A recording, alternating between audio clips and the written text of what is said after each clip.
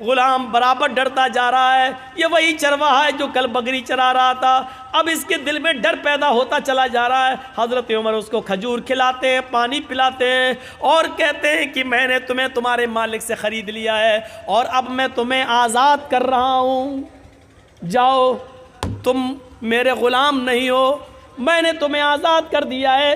جانتے ہو میں نے تمہیں کیوں آزاد کیا ہے؟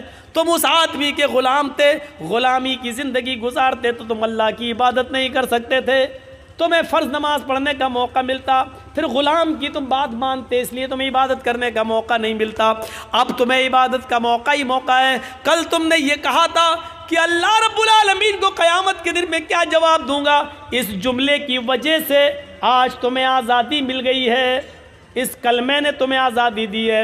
اگر اسی طریقے سے اللہ سے ڈرتے رہے تو انشاءاللہ قیامت کے دن اللہ تعالیٰ تمہیں جہنم سے بھی آزادی دلا دے گا۔ اگر اسی طریقے کی تمہاری زندگی گزرتی رہی تو تقوی والوں کو انعام مل جاتا تھا، جو اللہ سے ڈرتے تھے اس کو امیر المومنین انعام دیتے تھے۔ میرے بھائیوں، آج ہم نے کسی اللہ سے ڈرنے والے کو انعام دیا؟ کسی نیک و متقی آدمی کو دیکھا تو کبھی ہمت پڑی کہ ہم اس کو کچھ مدد کر دیں؟ کبھی ہماری ہمت نہیں پڑتی کہ ہم اس کی کچھ مدد کریں۔ کیوں؟